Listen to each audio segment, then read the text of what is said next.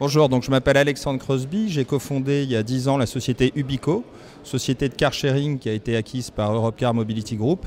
Et aujourd'hui, au sein d'Europcar Mobility Group, j'occupe des fonctions de développement des produits digitaux. Donc Ubico, c'est une société qui est née sur un constat qu'on a fait il y a 10 ans, mais qui n'a pas changé aujourd'hui, qui est que la voiture individuelle coûte cher, ramenée à son taux d'utilisation, qui est faible. Et par ailleurs, d'un point de vue écologique, c'est vrai que quand on a une voiture, on a tendance à l'utiliser sur des trajets, même quand ce n'est pas forcément le moyen le plus pertinent. Donc on a essayé de trouver une solution qui permettait d'avoir accès à une voiture juste quand on en a besoin et sans avoir à en posséder une. On a commencé par mettre des voitures dans les entreprises, puisqu'on s'est dit que c'était un des meilleurs moyens d'optimiser le taux d'utilisation des voitures. C'était de les mettre dans les entreprises parce qu'il y a des rendez-vous professionnels en semaine qui vont être faits par les employés et un usage privé le week-end. Et donc c'est une société qu'on a développée comme ça 5-6 ans sur cette approche entreprise.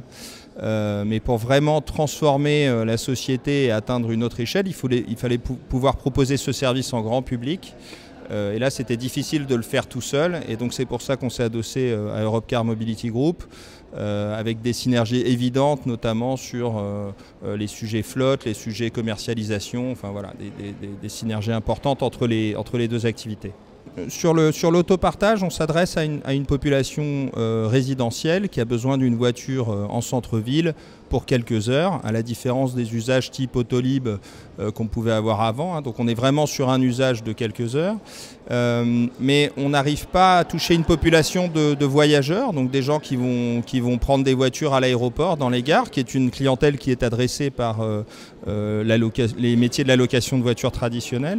Et donc moi, mon rôle aujourd'hui, c'est d'apporter cette culture digitale, ces innovations qu'on a pu mettre en place dans un métier comme le car sharing et d'essayer de les transposer dans une échelle plus grande au niveau d'Europcar Mobility Group.